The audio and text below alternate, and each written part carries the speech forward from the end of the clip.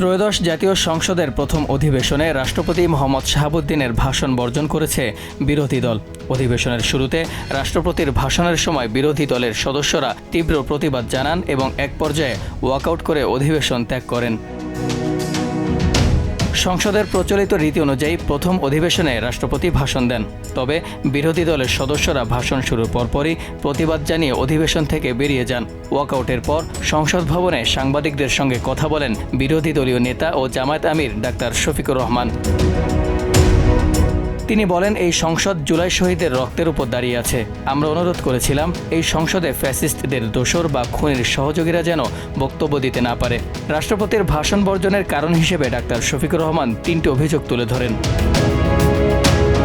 প্রথমত, তার দাবি অনুযায়ী রাষ্ট্রপতি অতীতে সংঘটিত হত্যাকাণ্ডগুলোর সহযোগী ছিলেন।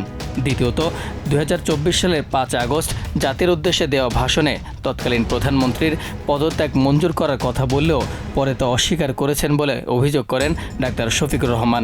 তৃতীয়ত, নির্বাচনী অর্ডিন্যান্স জারি ও সংস্কার পরিষদের অধিবেশন না ডাকায় রাষ্ট্রপতি সংবিধানসম্মত দায়িত্ব পালন করেননি বলেও দাবি করেন তিনি।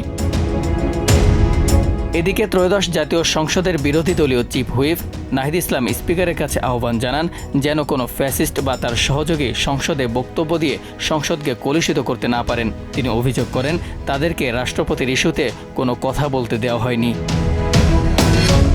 নিউজ ডেস্ক, প্রজন্ম ২৪।